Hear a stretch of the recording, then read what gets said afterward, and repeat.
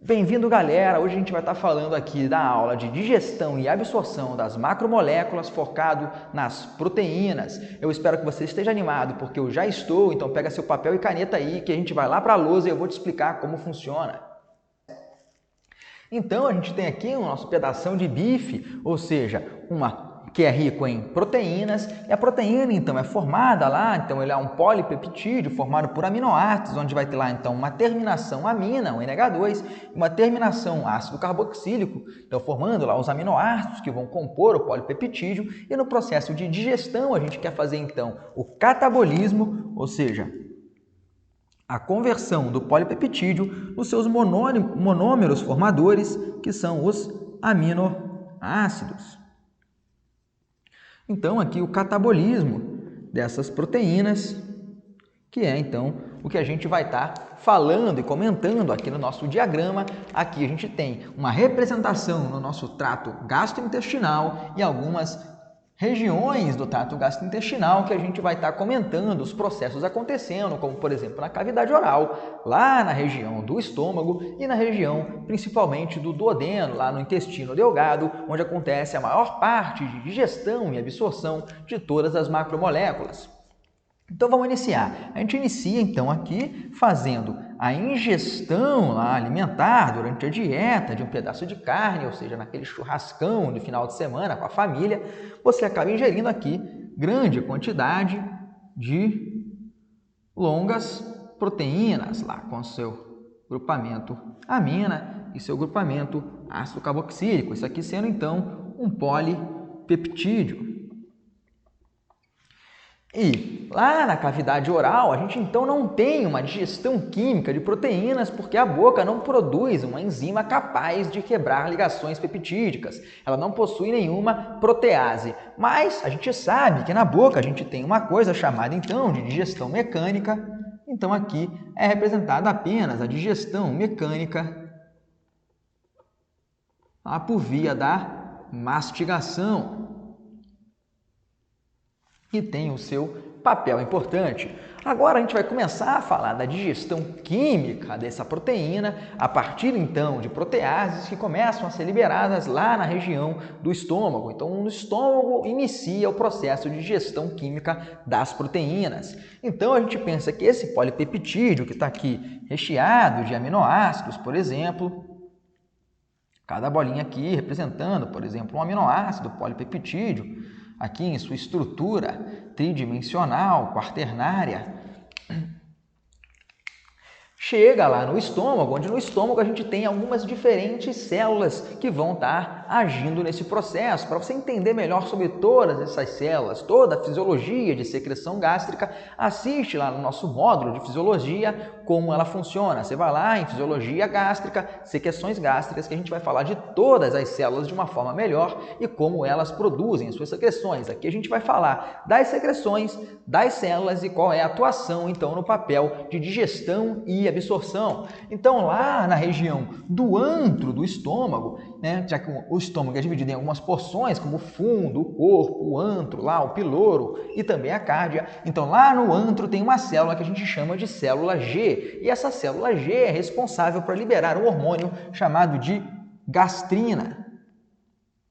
Então, a gastrina vai acabar estimulando tanto as células principais quanto parietais, sendo essas já presentes no que a gente chama de corpo do estômago. Então, essas células estimuladas a partir da gastrina, lá no corpo do estômago, vão iniciar a liberação de suas secreções, sendo que a célula principal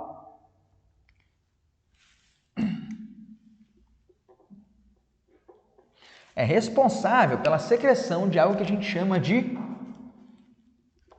pepsinogênio. Pepsinogênio. Enquanto a célula parietal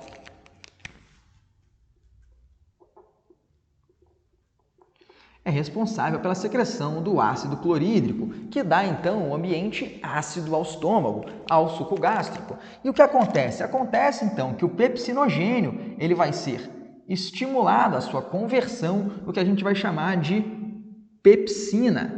E isso acontece a partir do estímulo do ácido clorídrico. Por quê? Porque a conversão de pepsinogênio em pepsina acontece em ambientes que possuem um pH entre 1,8 a 3,5, ou seja, em pHs ácidos. Então, na presença do ácido clorídrico, vai ter a conversão do pepsinogênio em pepsina, onde o pepsinogênio é a forma inativa da enzima, enquanto a pepsina é a forma ativa. E por que então que proteases, ou seja, enzimas que degradam proteínas, são sempre liberadas a partir dos seus formatos inativos, a partir dos seus precursores? Porque se a gente tivesse uma enzima capaz de digerir então proteínas dentro das nossas células, a gente ia digerir as próprias células que são compostas por proteínas, ia ter uma digestão do nosso próprio órgão. Isso é uma coisa que acontece, por exemplo, lá na pancreatite aguda, quando a gente tem uma ativação das proteases pancreáticas dentro do pâncreas,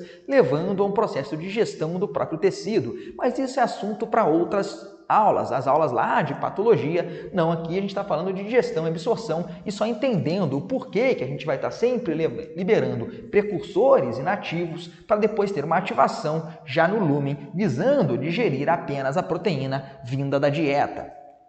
Perfeito, então a gente já entendeu que é liberado pela célula principal, a partir do estímulo de gastrina, o pepsinogênio, que vai ser a nossa enzima digestora de proteínas em forma inativa, e ao mesmo tempo a gastrina também estimula a célula parietal a liberar o ácido clorídrico, levando a um pH ácido dessa região, sendo capaz então de ativar o pepsinogênio em pepsina. O que fica faltando é que a própria pepsina ativa tem capacidade de autoativação de outros pepsinogênios, levando a um aumento exponencial da ativação do pepsinogênio a partir do início de sua ativação e as primeiras pepsinas ativas. Então, qual é a função da pepsina? Por ser uma protease, é iniciar a digestão desse polipeptídeo chegando ao estômago. Então, começa aqui um processo de digestão. E essa digestão, como funciona? Ela funciona como a pepsina. Aqui a gente tem lá o nosso polipeptídeo, onde tem a terminação amina e a terminação ácido carboxílico, levando que a gente vai ter aqui 3 principais aminoácidos, que são aminoácidos que possuem um anel aromático, como por exemplo, a gente pode ter aqui o nosso anel aromático, um OH, que é chamado de tirosina. Então, a tirosina é um dos nossos aminoácidos aromáticos. A gente pode ter também um outro aminoácido aromático chamado de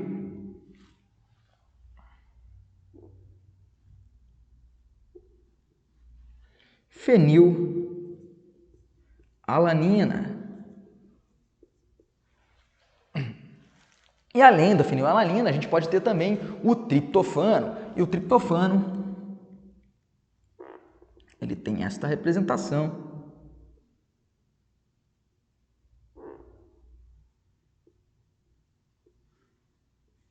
E aqui a presença do anel aromático.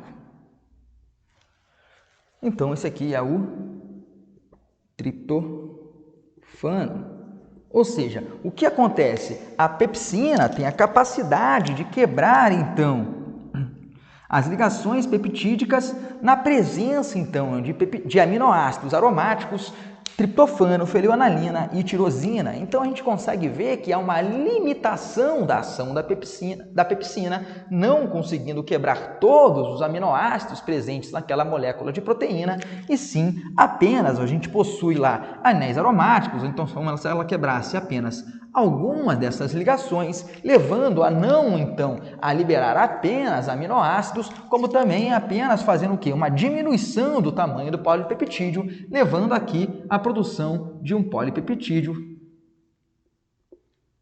diminuído, ou seja, um menor polipeptídeo. peptídeo, fazendo com que essa digestão precisa continuar acontecendo em outra região, ou seja, na região do duodeno. Então, esses peptídeos menores agora, após a digestão da pepsina lá da região onde possuíam os anéis aromáticos dos aminoácidos triptofano, fenilalanina e tirosina, vão chegar aqui na região duodenal e a partir dessa chegada vão ser estimuladas outras células presentes no duodeno, onde vão iniciar algumas secreções gástricas importantes no processo de digestão das proteínas, sendo essas células, por exemplo, a célula S, a célula I e a célula K. Porque a célula S é aquela responsável pela secreção de algo que a gente chama de secretina.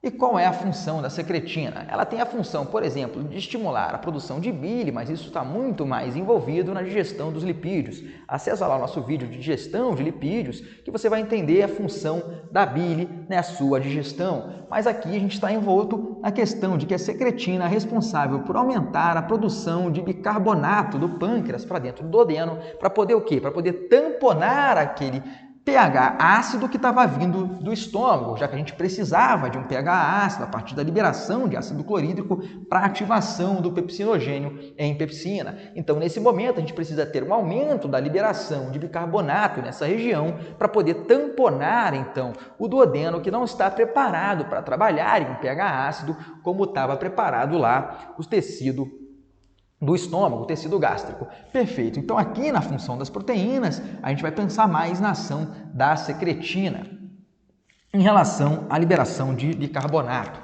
Outra célula importante é a célula K, que libera lá o GIP. E quem é um GIP? Ele pode ser chamado de duas formas, como então peptídeo insulinotrópico dependente de glicose, que é um nome muito difícil de decorar, eu entendo, mas ele tem um outro nome muito mais fácil, sendo então o peptídeo inibidor gástrico. Eu prefiro então falar como peptídeo inibidor gástrico, até porque facilita para a gente entender qual é a sua principal função aqui nesse momento, que seria inibir a ação do estômago, inibir a ação gástrica, ou seja, reduzindo lá a produção de ácido clorídrico pelas células parietais, assim como também ele começa a reduzir o esvaziamento gástrico.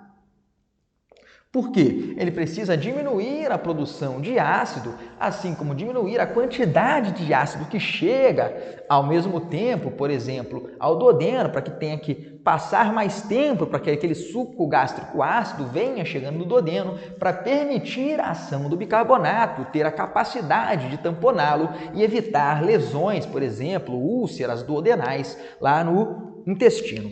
Perfeito. E agora faltou falar a célula I, que é responsável pela secreção do que a gente chama de colecistocinina. E a colecistocinina é abreviada aqui como CCK. E a função da CCK é estimular o quê? A liberação de enzimas pancreáticas.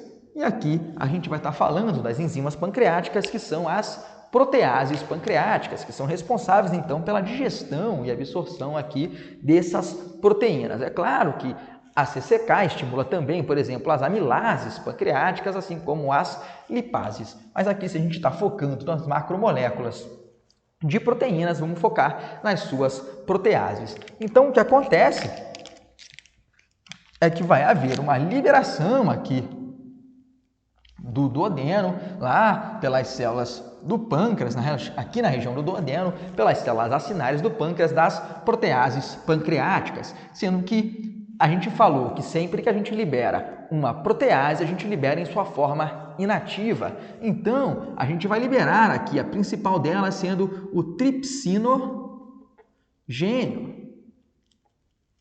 E além do tripsinogênio, serão liberadas, por exemplo, a quimiotripsina, no caso, o tripsinogênio, quimiotripsinogênio,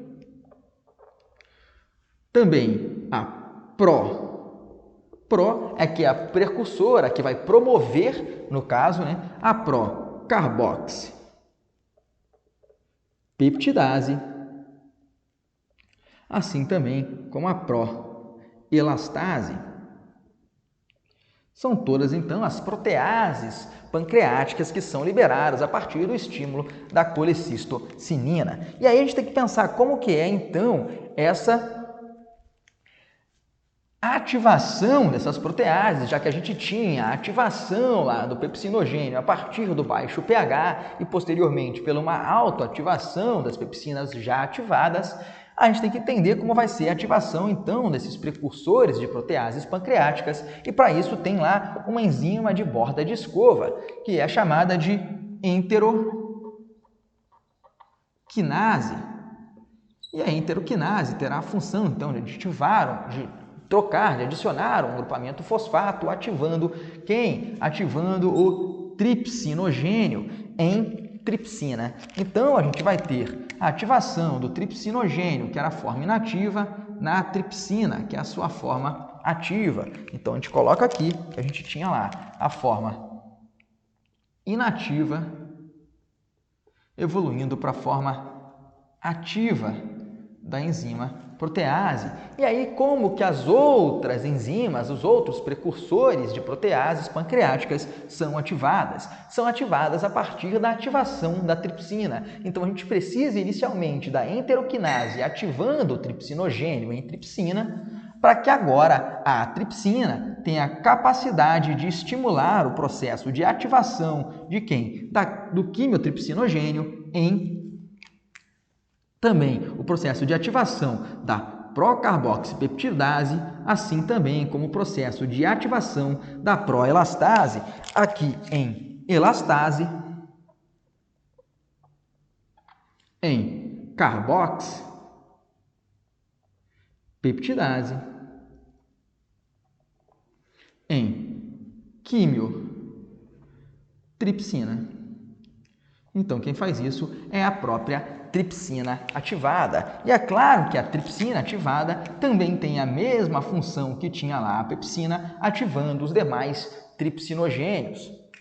Perfeito. Então, a gente já entendeu quais são as proteases pancreáticas liberadas aqui para o resto da digestão desses menores polipeptídeos, assim como a gente já entendeu como é que será a sua mecanismo de ativação lá pela enteroquinase com a tripsinogênio e posteriormente todas as outras pela própria tripsina ativada. Perfeito. Agora, como que é o processo de digestão desses polipeptídeos, ou seja, dessas proteínas, a partir dessas enzimas? A gente vai entender que o quimiotripsinogênio, agora lá formado em quimiotripsina, age da mesma forma que agia lá a nossa pepsina. Ou seja, aqui a gente tem, a partir lá dos aminoácidos aromáticos triptofano, fenilalalanina e tirosina, a ação de quem? Lá da pepsina, assim como a gente tinha ação também agora da quimiotripsina. Perfeito? O que acontece é que esse menor polipeptídeo vai sofrer a ação da tripsina. Então, vamos colocar aqui a nossa tripsina.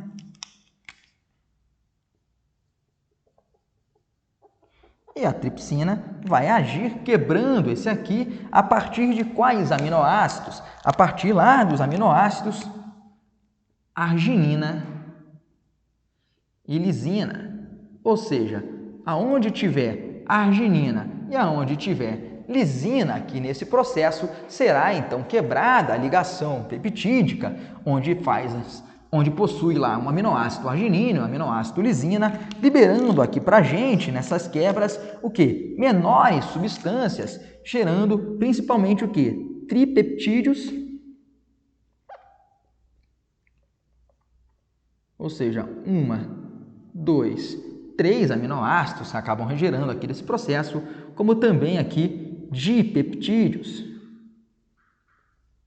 ou seja, sobrando lá 2 aminoácidos ligados. A gente não consegue chegar, então, em apenas aminoácidos livres, porque a gente tem uma limitação da ação da tripsina em arginina e lisina. Então, a gente já falou da tripsina e já falou do quimiotripsinogênio, né? Então, quando a gente tem o quimiotripsinogênio lá gerado em quimiotripsina, quebrando aqui esses aromáticos nesse menor polipeptídeo que já tinha sido quebrado anteriormente lá pela pepsina, ele também é capaz de liberar tripeptídeos e dipeptídeos. O que fica faltando é a ação, então, da procarboxipeptidase, que é formada lá em carboxipeptidase, e da proelastase, ativada em elastase, ou seja, a ação da carboxipeptidase e da elastase nesses menores polipeptídeos, assim como também consegue atuar em alguns tripeptídeos e dipeptídeos, e no processo, então, de ação dessas duas enzimas, a gente vai liberar aqui aminoácidos livres.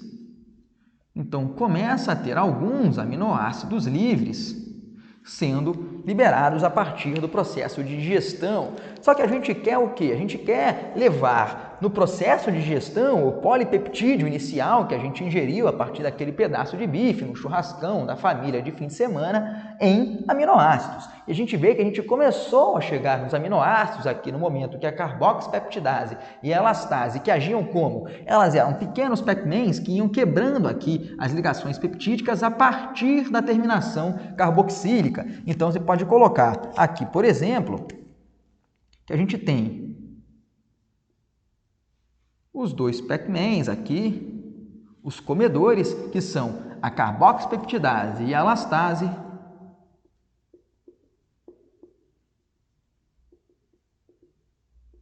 que vem quebrando as ligações peptídicas, por exemplo, a partir aqui da terminação carboxílica. E com isso ela consegue ir liberando alguns aminoácidos livres. O problema é que não há tempo suficiente para uma ação total de elastase e carboxipeptidase, até porque elas são liberadas em muito menor quantidade do que, por exemplo, a tripsina e a quimiotripsina. Então, acaba sobrando uma boa quantidade de dipeptídeos e tripeptídeos, e por isso que a gente precisa de ação de enzimas de borda de escova. E o que seria a enzima de borda de escova? A enzima de borda de escova, a gente tem que pensar que aqui na região do intestino, então a gente tem lá as células intestinais, que são os enterócitos.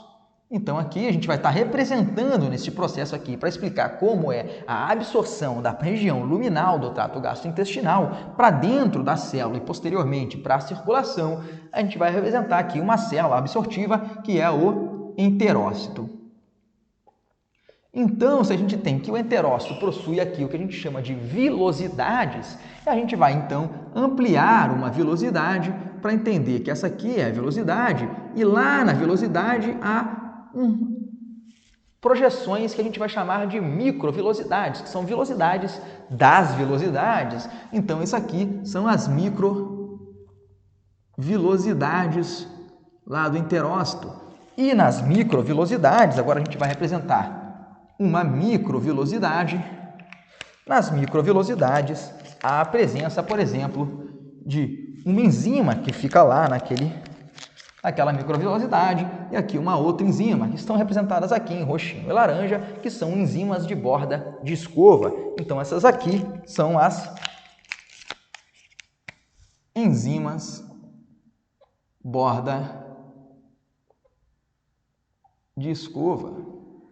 O que seria a enzima de borda de escova? Ela está lá na borda, está lá na bordinha da microvelocidade, porque se a gente pensar que isso aqui parece uma escovinha, lá na bordinha, onde vai ter lá a microvelocidade, vai ter uma enzima acoplada, e aí então ela tem esse nome de enzima de borda de escova. E a gente tem que as enzimas de borda de escova que apresentam ações na digestão de proteínas são as aminopeptidases,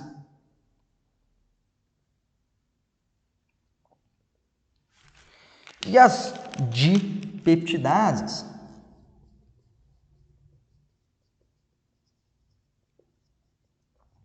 E aí, como elas agem? Elas agem, então, fazendo o quê? Pegando aqui, principalmente esses tripeptídeos. Aqui no caso da dipeptidase, apenas os dipeptídeos, mas aqui na aminopeptidase, tanto os dipeptídeos, assim como os tripeptídeos, que possuem a terminação amina e lá a terminação ácido carboxílico. Elas agem fazendo como? Como se elas viessem agora no contrário da elastase da procarboxipeptidase, digerindo a partir da terminação amina, ao invés da terminação ácido carboxílico. Então, essa é a função delas, digerir aqui a partir da terminação amina desses polipeptídeos. No caso, não poli, né? No caso aqui, dipeptídeos e tripeptídeos. Perfeito. O que acontece, então, é que a partir da ação da enzima de borda de escova, aminopeptidase e dipeptidase, vai haver um aumento na concentração de aminoácidos livres após o processo de digestão. Perfeito. Só que acontece que há um limite na ação das aminopeptidases e na dipeptidases, não conseguindo realizar a digestão total dos tripeptídeos e dipeptídeos. Até por isso que você consegue perceber aí que quando você alimenta de um pedaço de carne, demora muito mais para sentir, então, o término da saciedade, o término da digestão no processo das proteínas, porque é um processo mais complicado, é um processo que demanda mais tempo e não consegue realizar, então, uma digestão total em aminoácidos. Então, a gente vai pensar que aqui no final de toda essa ação, e qual foi essa ação? Ação mecânica de mastigação, ação lá no estômago da pepsina, quebrando os aminoácidos aromáticos, triptofano, fenilalanina e tirosina, assim como também a ação das proteases pancreáticas, tripsina, quimiotripsina, carboxipeptidase e elastase, onde a tripsina agia lá na arginina e na lisina, a quimiotripsina agia da mesma forma que agia a pepsina nos aromáticos, assim como a carboxipeptidase e elastase agiam fazendo quebra a partir da terminação carboxílica e ação também lá das bordas de escova dipeptidases e aminopeptidases, quebrando a partir da terminação amina, vai sobrar para a gente aminoácidos, claro que em maior quantidade, os aminoácidos livres, mas também sobra para a gente tripeptídeos e dipeptídeos. Então, é apenas nas proteínas que a gente terá um processo de absorção, não apenas de monômeros, mas sim aqui de alguns oligopeptídeos, como dipeptídeos e tripeptídeos. Então, a gente tem que pensar como será a absorção para dentro do enterócito dos aminoácidos livres e desses tripeptídeos e dipeptídeos. É claro que a gente espera que seja um pouco diferente a absorção do monômero em relação à absorção dos tripeptídeos e dos dipeptídeos. Acontece que, inicialmente, a gente tem então lá um transportador que vai fazer uma troca entre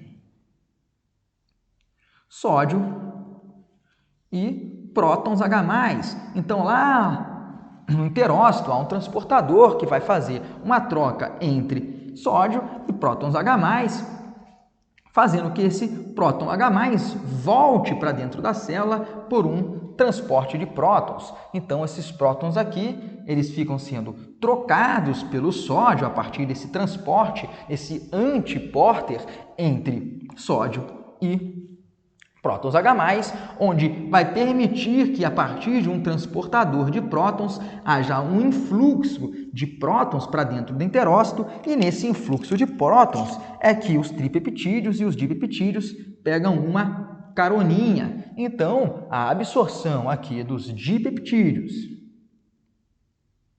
e também dos nossos tripeptídeos, dipeptídeos e dos nossos tripeptídeos é via um cotransporte de prótons. Então, a gente vai colocar aqui que essa absorção é a partir de um cotransporte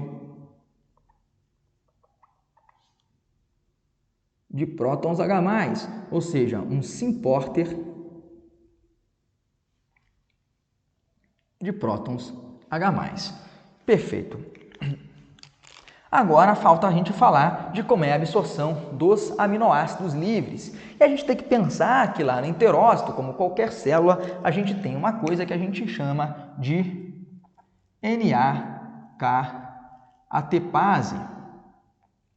E o que é a NAK-atepase? É a famosa e conhecida bomba de sódio-potássio, onde ela tem a função de jogar para dentro da célula o quê? 2 potássios e para fora da célula 3 sódios, fazendo que caia em grandes quantidades a concentração de sódio dentro do enterócito, ou seja, na região intracelular há uma baixa concentração do sódio, porque a bomba sódio-potássio acaba jogando esse sódio para a região extracelular e neste processo há o consumo então de uma molécula de ATP. Então esse ATP ele é gastado, consumido aqui, liberando o ADP. Então, aqui se tem um gasto de energia, o gasto de uma molécula de ATP, isso aqui é um transporte ativo. E aí vai fazer com que a gente espera que na nossa alimentação, os alimentos são ricos em sódio, então a gente vai ter aqui uma concentração maior do sódio na região luminal, em comparado à região intracelular dos enterócitos, permitindo que esse sódio venha entrar aqui de volta para dentro da célula, da região de maior concentração para a região de menor concentração.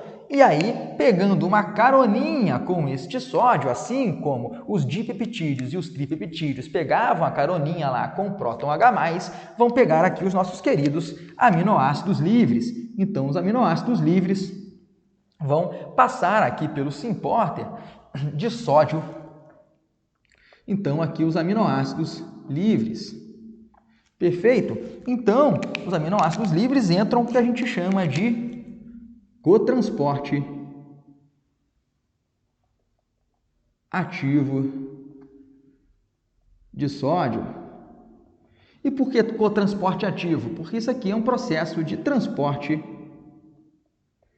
ativo secundário, porque por mais que aqui não haja gasto de energia, o sódio esteja passando da maior para menor concentração, essa menor concentração, ou seja, essa diferença de concentrações, só existe por causa de um transporte ativo primário, que era lá da bomba de sódio-potássio, que levava então essa menor concentração do sódio. Então isso aqui é ativo secundário a um transporte primário.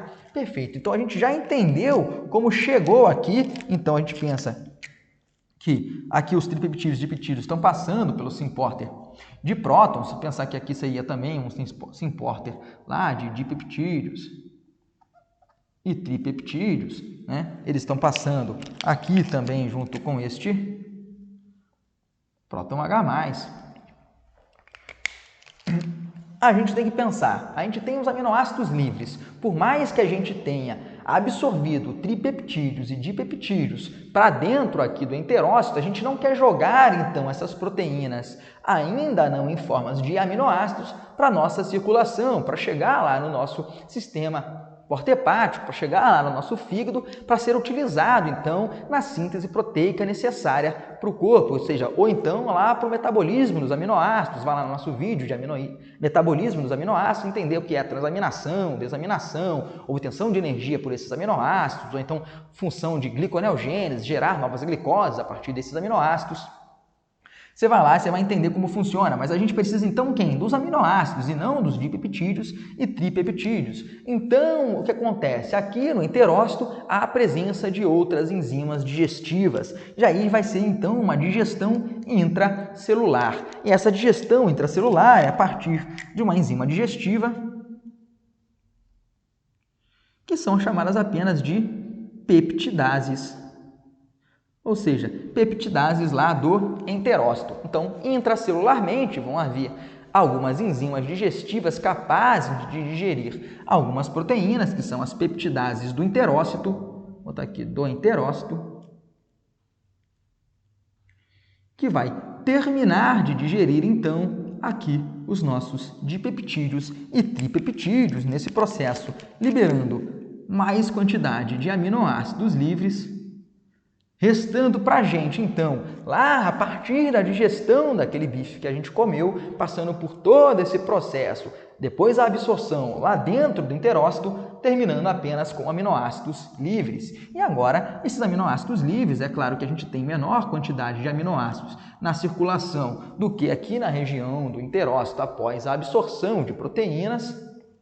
Então, por uma difusão passiva. Isso acaba chegando aqui, então, os nossos vários aminoácidos livres.